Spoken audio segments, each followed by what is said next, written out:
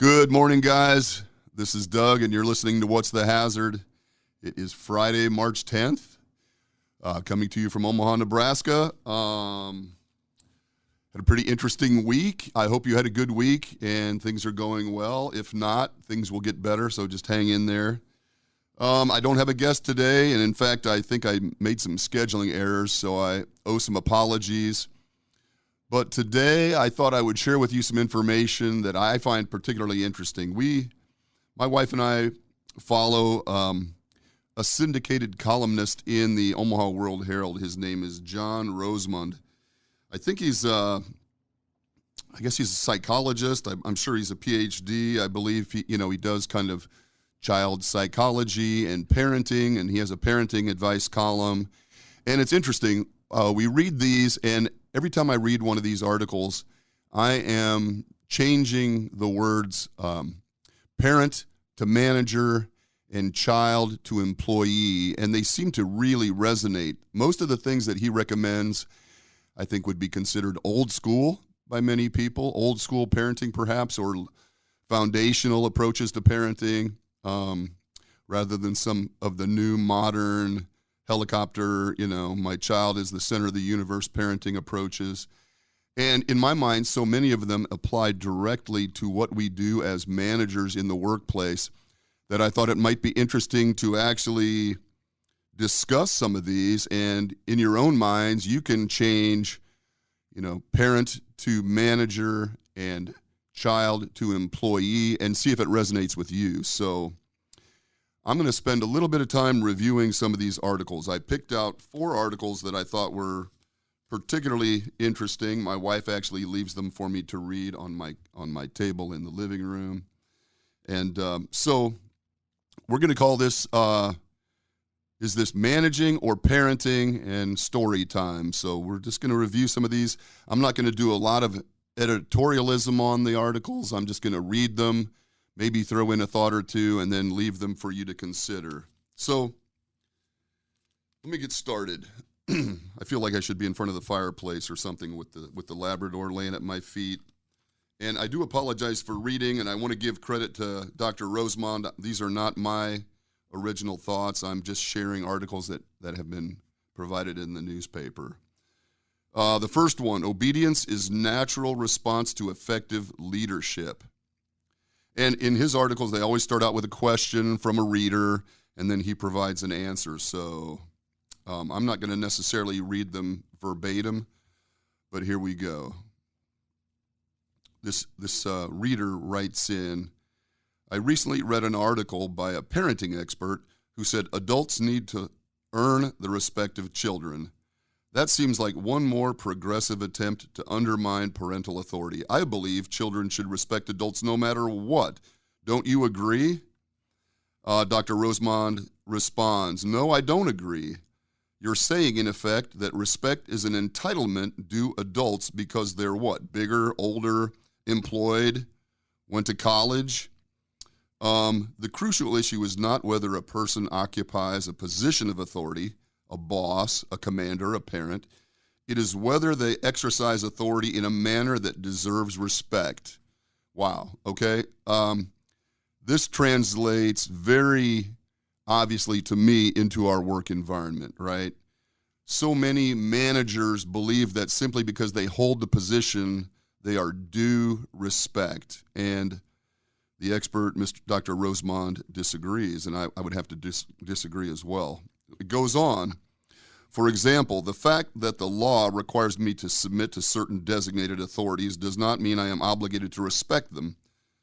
Note that obedience and respect are not synonymous. Let me repeat that, and I think this is really the keynote here. Note that obedience and respect are not synonymous. I obey because I believe in the rule of law, however imperfect. I also obey because in the final analysis, I'm a lot more content than if I disobey. Disobedient people, regardless of age, are never content. I am not obligated, however, to respect the individuals who make the law. They earn my respect by acting responsibly, ethically, and selflessly. Likewise, I think it is in the overall best interest of children / employees that they obey adults/managers who occupy positions of legitimate authority, parents, teachers especially. Children who disobey are not happy campers, but even a child can understand intuitively when an adult in a position of leadership is not behaving in a fashion that deserves respect. We all know that. We've all had managers that did not behave in a manner that deserved our respect. An adult earns that respect of children by discharging the responsibilities of their office in a fashion that causes children to want to obey. In other words, obedience is a natural response to effective leadership, and this is true regardless of whether the people being led are adults or children. There you go.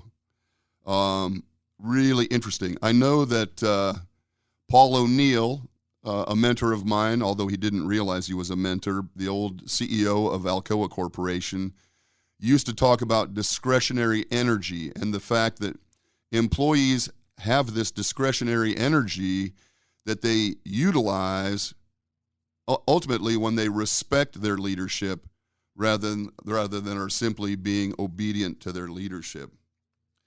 The question therefore becomes, what does effective leadership look like? For one thing, effective leaders command.